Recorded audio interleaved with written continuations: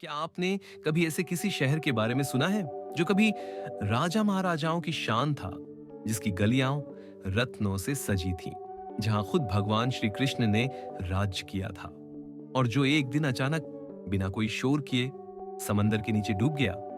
नहीं, ये कोई फेरी टेल नहीं है। ये कहानी है एक रियल मिस्टीरियस सिटी की, जिसका नाम है द्वारिका। पुराणों कहता है, महाभारत युद्ध के बाद जब श्री कृष्ण ने मथुरा को छोड़ा, वो गुजरात के पश्चिमी तट पर आए और वहां उन्होंने एक अनोखा राज्य बसाया। एक ऐसा नगर जो समुद्र के बीचों बीच 7 द्वीपों पर फैला हुआ था। द्वारका एक गोल्डन सिटी, जहां महल आकाश से बातें करते थे, जहां सड़कों पर हीरे जवाहरात जड़े हुए थे और जहां देवता भी सभा में आने के लिए लालायित रहते थे। ये कोई मामूली नगरी नहीं थी, ये थी भगवान श्री कृष्ण की डिवाइन कैपिटल।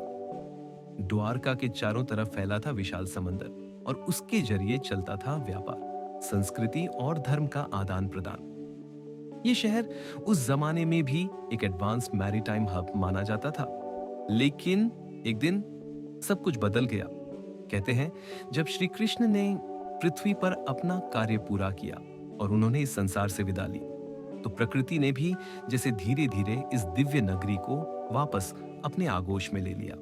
कोई तूफान नहीं, कोई युद्ध नहीं, बस एक दिन द्वारका समंदर की गहराइयों में गायब हो गया। सदियों तक ये कहानी सिर्फ एक पुरानी गाथा मानी जाती रही। लोगों ने इसे मिथ कहा, एक पौराणिक कल्पना, एक स्पिरिचुअल मेटाफोर। लेकिन फिर आता है 20वीं सदी का विज्ञान और बदल जाता है इतिहास देखने का नजरिया। 1938 में इंडियन आर्कियोलॉजिस्ट हीरानंद शास्त्री ने गुजरात के तट पर कुछ रहस्यमय संकेत खोजे। उन्हें ऐसा महसूस हुआ जैसे समंदर की लहरों के नीचे कोई गहरी कहानी छुपी हुई है। इसके बाद शुरू हुआ सच्चे इतिहास को खोजने का सफर। 1983 से 2005 तक भारत सरकार और कई इंडिपेंडेंट रिसर्चर्स ने समुद्र में डाइविंग मिशन और सोनार स्कैन्स शुरू किए। अंडर वाटर कैमरा से जो नजारे सामने आए, उन्होंने सबको चौंका दिया। समंदर की सतह से लगभग 70 फीट नीचे मिले प्राचीन पत्थरों से बने रास्ते, बद्धे पत्थर जो दीवारों जैसे लगे, एंशिएंट स्टेप्स जैसे सीढ़ियां और स्टोन एंकर्स जो किसी बंदरगाह में इस्तेमाल किए जाते थे। ये सब संकेत देते हैं एक ऑर्गेनाइज्ड शहर की, एक प्लान्ड आर्किटेक्चर की, जो मॉडर्न टेक्नोलॉजी से बहुत पहले अस्तित्व में थी।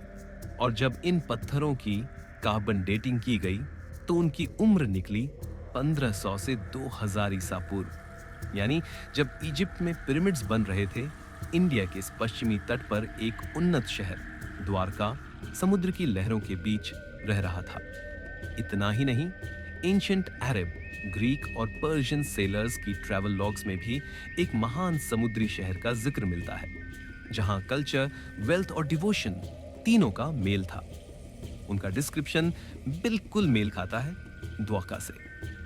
अब एक और इंट्रीगिंग फैक्ट सुनिए। संस्कृत में द्वारका का मतलब होता है द्वार, यानी गेटवे। और सच में ये रीजन एक गेटवे था भारत के मैरीटाइम ट्रेड का, जहां से अरब, मिस्र और पूर्वी देशों तक व्यापार होता था। यूनेस्को रिपोर्ट्स भी इस शहर को एंशिएंट हड़प्पन सिविलाइजेशन से जोड़ते हैं।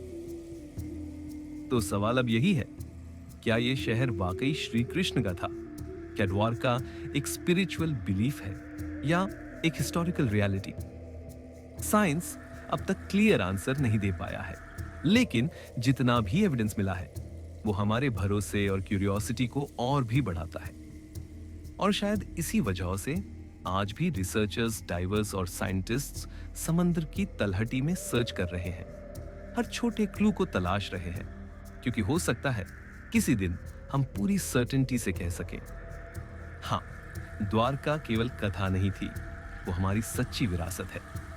दोस्तों, आप क्या मानते हैं? क्या द्वारका सिर्फ एक पुरानी कथा है या फिर यह है भारत का डूबा हुआ सच? अपनी राय कमेंट में जरूर बताइए। अगर यह रहस्य आपको रोमांचित करता है तो वीडियो को लाइक करें, चैनल को सब्सक्राइब करें, अपने दोस्तों के साथ जरूर शेयर करें। मिलते हैं फिर फैक्ट ज्ञान में, जहां इतिहास बोलता है, विज्ञान सोचने पर मजबूर करता है और श्रद्धा हमारे दिल को जोड़ती है।